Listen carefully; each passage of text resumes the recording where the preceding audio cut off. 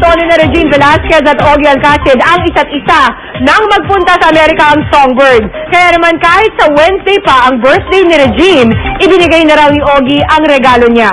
Makikita tayo kay Lars Santiago. Bakit ang taon ng tugundis? Mahigit 2 linggong hindi nagkasama si Regine Velasquez at Ogie Alcacid dahil nag-show sa Amerika si Regine.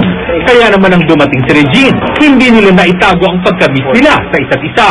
Sinundo ni Ogie ang nobya sa airport at doon pa lang ay nagkaiyakan na raw sila.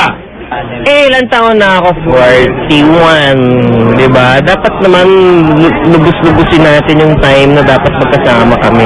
Pumunta na sila ni Ogie sa Batangas. Doon sila nagpalipas ng Holy Week. Oo, nakarelax, nakatulog siya, sarap.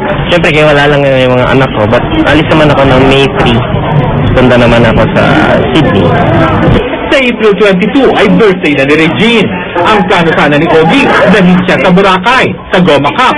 Pero may nakaschedule siyang taping sa Maynila.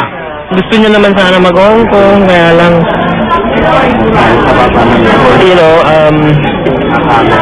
galing lang niyang steak. So baka mag-barbecue na lang kami siguro. Sabi ni Ogie, mahirap mag-isip ng regalo para kay Regine, pero nakabili na rin daw siya ng bagay na alam niyang gusto ng girlfriend. Ayaw sabihin ni Ogie kung ano ito. In order ko through a friend. Yeah. Nabigay ko kahapon na kunwari pa ayaw niya. Tatalo ng talo. Lars Santiago, updated sa showbiz.